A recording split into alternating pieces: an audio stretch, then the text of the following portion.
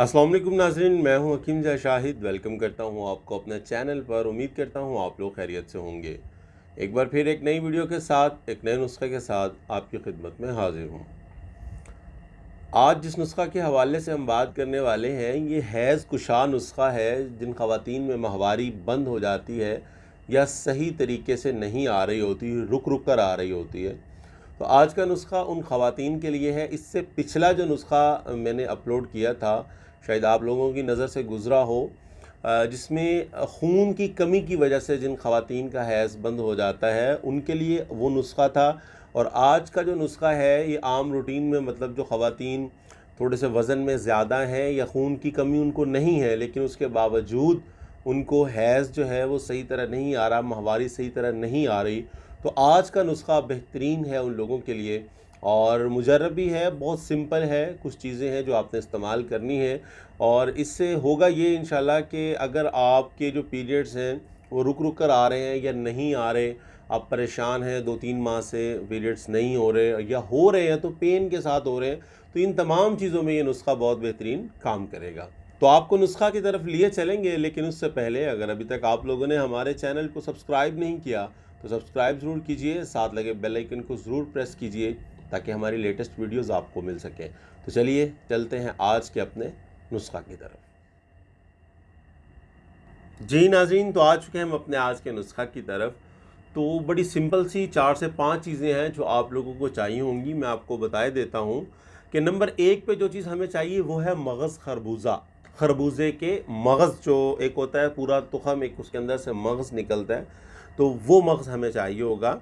और नंबर 2 पे अगर हम बात कर लें तो तुख पे कासनी चाहिए होगा, कासनी के बीज चाहिए होंगे।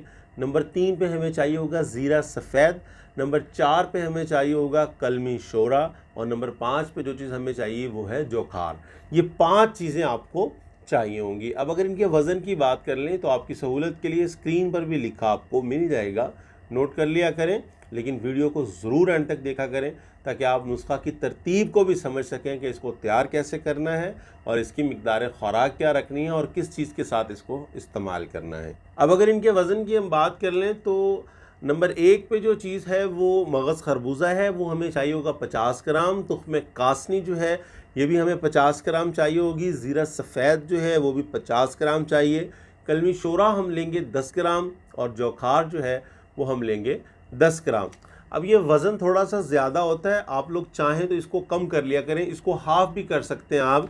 मैं आपकी सहूलत के लिए लिख देता हूँ, आप उसको मल्टीप्लाई कर लिया करें या डिवाइड कर लिया करें, वो आपकी मर्ज़ी। अगर मैं मिकदार कम बता रहा हूँ, आपको ज़्यादा की ज़रूरत है तो आप 2 गुना बना लें।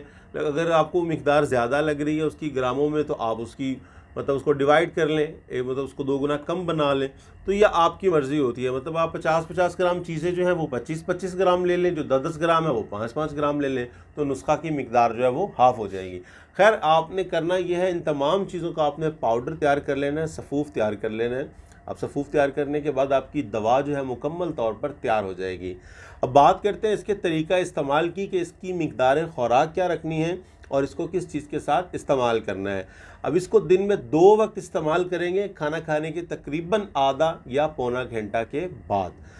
3 ग्राम सुबह और 3 ग्राम शाम, 2 टाइम इसकी मिकदार ख़ुराक है। 3 ग्राम सुबह, 3 ग्राम शाम। और ये आपने लेना है शरबत बजूरी के साथ। ये ज़रूर याद रखिएगा।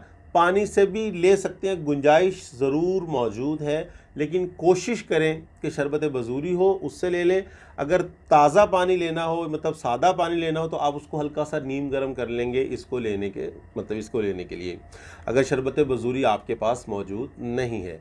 तो ये नुस्खा इंशाल्लाह कुछ ही दिन के इस्तेमाल से, मतलब जो आपकी मेंसेस रुके हुए हैं, माहवारी रुकी हुई है, वो इंशाल्लाह सही हो जाएगी, रूटीन पे आ जाएगी। और जो तकलीफ़ है, जो दर्द के साथ आती है, वो भी मसला जो है वो हल हो जाएगा। तो उम्मीद करता हूँ आज की वीडियो आपको ज़रूर पसंद आई होगी। अगर वीडियो पसंद आए तो लाइक ज़रूर कीजिएगा और शेयर ज़रूर कर दीजिएगा, क्योंकि आपके एक शेयर करने से बहुत सारे लोगों का फ़ायदा हो जाता है। तो आज के लिए इतना ही था। मिलते हैं किसी अगली वीडियो में। हकीम जा शाहिद को इजाज़त दीजिए। अल्लाह हाफ़िज़।